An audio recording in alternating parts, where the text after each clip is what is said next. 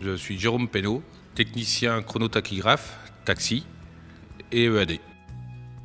Moi, le métier de technicien chronotachygraphe, c'est de faire sortir un véhicule de la station conforme, tout simplement. Il faut qu'il réponde aux normes qui est apposées sur la plaquette. Donc mes missions principales sont de contrôler les chronotachygraphes sur les poids lourds, de contrôler les EAD et de contrôler les taximètres. On refait le test. Il ne démarre pas parce que j'ai pas soufflé dedans. Test OK. J'ai 5 minutes pour pouvoir le démarrer. J'ai les vérifications en EAD et surtout les bus. Donc tous les ans, je remets à zéro le compteur de l'EAD pour qu'il soit reparti pour un an. Je vérifie si l'installation n'a pas été trafiquée, si elle répond à toutes les normes. Je lui remets un scellement et je lui remets une étiquette de validité. Ça, c'est pour les bus. Tout ce qui est taxi en vérification, donc le rendez-vous a été prévu 8 jours auparavant. Je revérifie le carnet métrologie, si le carnet métrologie est bien présent. C'est ce qui suit tous les taxis.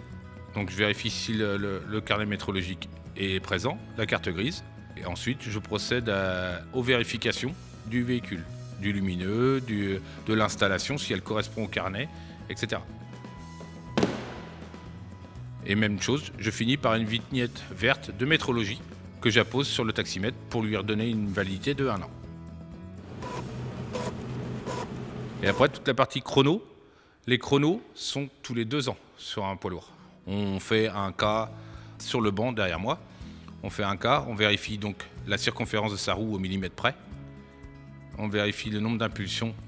Donc je fais pareil, je vérifie et je regarde si tout est conforme, du capteur jusqu'au chrono. Et une fois que tout ça est fait, donc j'appose la plaquette au final et qui lui redonne une validité de 2 ans. Ce qui me plaît le plus dans ce métier, c'est qu'il faut suivre un protocole, il faut être strict, il faut être ordonné. On a des responsabilités. C'est intéressant, c'est que tous les jours ça change. En fait, chaque véhicule est différent. Chaque véhicule est vraiment différent. J'ai eu peur au départ que ce soit monotone, d'avoir toujours les mêmes gestes à faire. Que là, en fait, chaque véhicule est différent. On doit le faire rouler de façon différente. C'est pas monotone, quoi. Je t'ai tout remis. À l'intérieur, tu as ton ordre de service, ta carte grise, tout est posé dessus. D'accord, ok. Ça marche. C'est un métier qui recrute. Nous, chez Unitac, on a une centaine de centres en France et il y a énormément de recherches. Ils arrivent à trouver personne.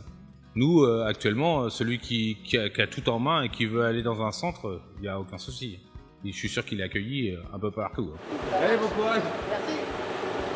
Je suis heureux dans ce que je fais, oui, bien sûr. Je suis arrivé ici, je devais être que technicien. Maintenant, je suis rendu responsable qualité.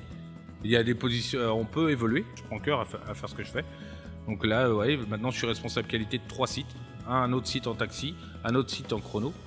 Donc oui, j'aime ce que je fais. Pour favoriser l'accès au métier que vous venez de découvrir et répondre aux besoins de recrutement des centres agréés, l'ANFA a créé une certification spécifique, le CQP OVDE, opérateur de vérification des dispositifs embarqués.